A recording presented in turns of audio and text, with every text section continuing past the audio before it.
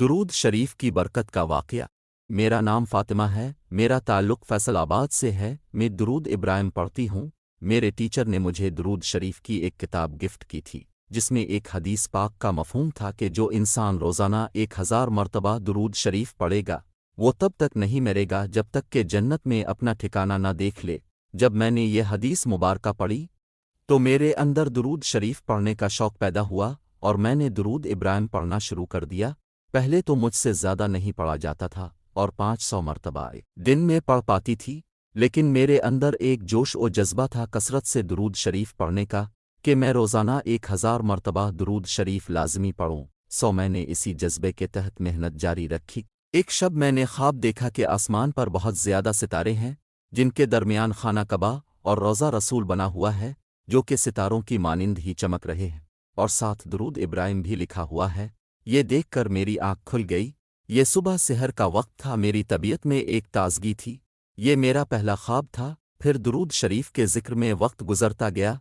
اب مجھے درود شریف کے ورد میں حلاوت ملنے لگی، یہاں تک کہ جو بھی خواب دیکھتی وہ حقیقت میں تبدیل ہو جاتا تھا۔ اب تو درود شریف پڑھنے کا شوق اس قدر بڑھ گیا کہ مجھے دنیا کا کوئی کام اتنا اہم نہیں لگتا تھا جتنا کہ درود شریف پڑھنا اہم لگتا تھا۔ یہاں تک کہ کالج میں کلاس کے دوران بھی درود شریف ہی پڑھتی رہتی تھی، جس کی برکات یہ ظاہر ہونے لگی کہ مجھے ہر لیکچر جلدی سمجھ آنے لگا اور جلد یاد بھی ہو جاتا تھا۔ مجھے نبی کریم کی زیارت کا بہت شوق تھا۔ کثرت درود شریف کی برکت سے سرکار دو عالم نے نظر کرم فرمائی اور اللہ کے فضل و کرم سے مجھے نبی کریم کے دیدار سے نواز دیا گیا۔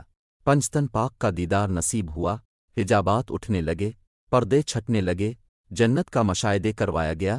اب حال یہ ہے کہ درود شریف کی برکت سے کوئی دن ایسا نہیں گزرتا کہ دیدار نصیب نہ ہوتا ہو، اور اس بات پر میں اللہ کا جتنا بھی شکر ادا کروں کم ہے۔ درود شریف کی برکت سے ہم وہ دنیا بھی دیکھ سکتے ہیں جو کہ مرنے کے بعد نظر آئے گی، تو کیوں نہ ابھی سے ہم اس کی تیاری کر لیں۔ میں نے اوپر ذکر کردہ حدیث مبارک کو اپنی آنکھوں سے پورا ہوتے دیکھا ہے، جنت میں بھی اپنا مقام دیکھ چکی ہوں، اور درود شریف کی برکت سے ہر روز کچھ نہ کچھ مشاہدے ہوتا ہی رہتا ہے۔